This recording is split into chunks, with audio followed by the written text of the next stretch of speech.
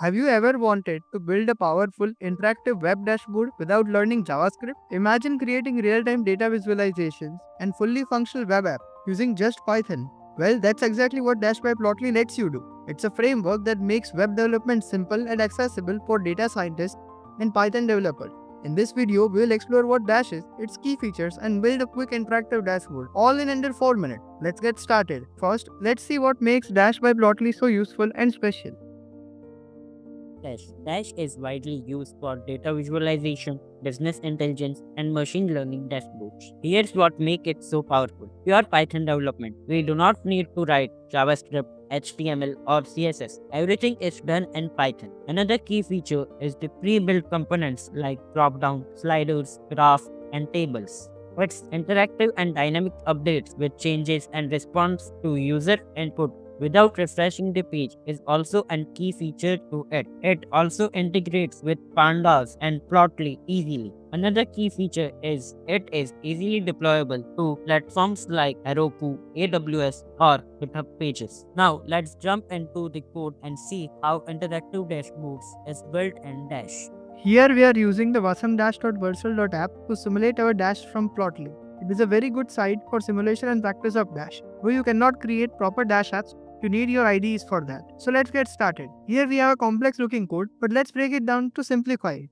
We are importing some libraries. We are creating a data frame from a CSV file.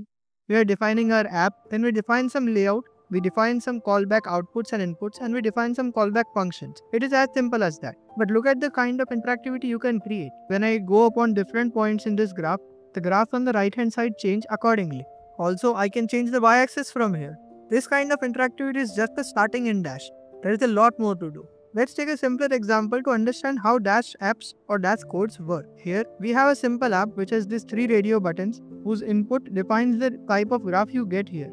They define the y-axis of the graph below. Let's see the code. We are importing microbit, which is only required on wasm-dash.vercel. It is not required on your IDs. We import our libraries Dash, Pandas, and Plotly.express for graphs, Dash AGGrid for tables. We make a pandas data frame by reading a CSV. We define our figure as we do in Matplotlib.